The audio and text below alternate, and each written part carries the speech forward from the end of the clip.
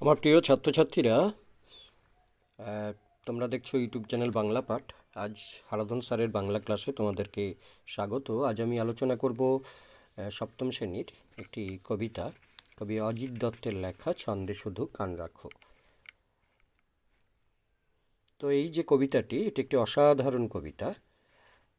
কবি এখানে বলতে চেয়েছে যে আমরা প্রকৃতির যে ছন্দ, সেই ছন্দে আমাদেরকে কান রাখতে হবে, এবং সেই কান যদি আমাদেরকে রাখতে হয় কি করতে হবে? কবি বলছেন, মন্দ কথায় কান দিও না, ছন্দে শুধু কান রাখো, দ্বন্দ্ব ভুলে মন না দিলে ছন্দ শোনা যায় না কো। তিনি দুটি সাবধানবাণী উচ্চারণ করেছেন, যে আমাদের মন্দ কথা শোনা চলবে না, আর আমাদের নিজেদের পারস্পরিক দ্বন্দ্ব ভুলে যেতে হবে।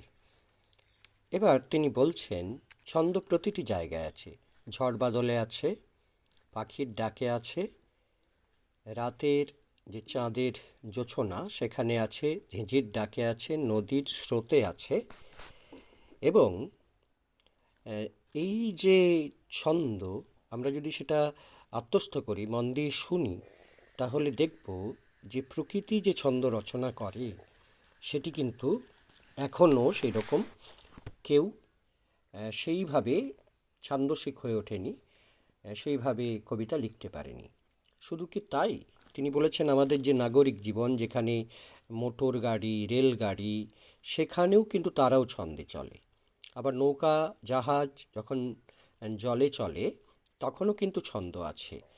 ঘড়ি, সেই ঘড়ির কাঁটাও কিন্তু ছন্দ মেপে চলে।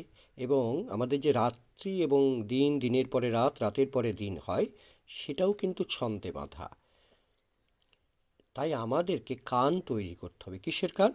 না, ছন্দ শোনার কান। এবং এটা যদি আমরা করি, আমাদের লাভটা কী হবে? তখন আমরা এই যে বসুন্ধরা, এই যে পৃথিবী, এই যে ভুবন, তখন কিন্তু আমরা যারা ছন্দ, সুর, তাল, লয় এর মাধ্যমে পৃথিবীকে দেখব, ভুবনকে দেখব, তখন কিন্তু আমাদের জীবন জীবন আনন্দময় হয়ে উঠবে, গদ্যময় কঠিন জীবন পদ্যময় সুন্দর হয়ে উঠবে। তবে আমাদের কান তৈরি করতে হবে।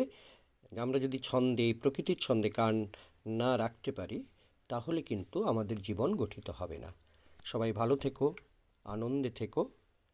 সবাইকে হারাধন স্যারের বাংলা ক্লাসে আবারও স্বাগত। তোমাদের কোনো প্রশ্ন থাকলে তোমরা অবশ্যই জানাও।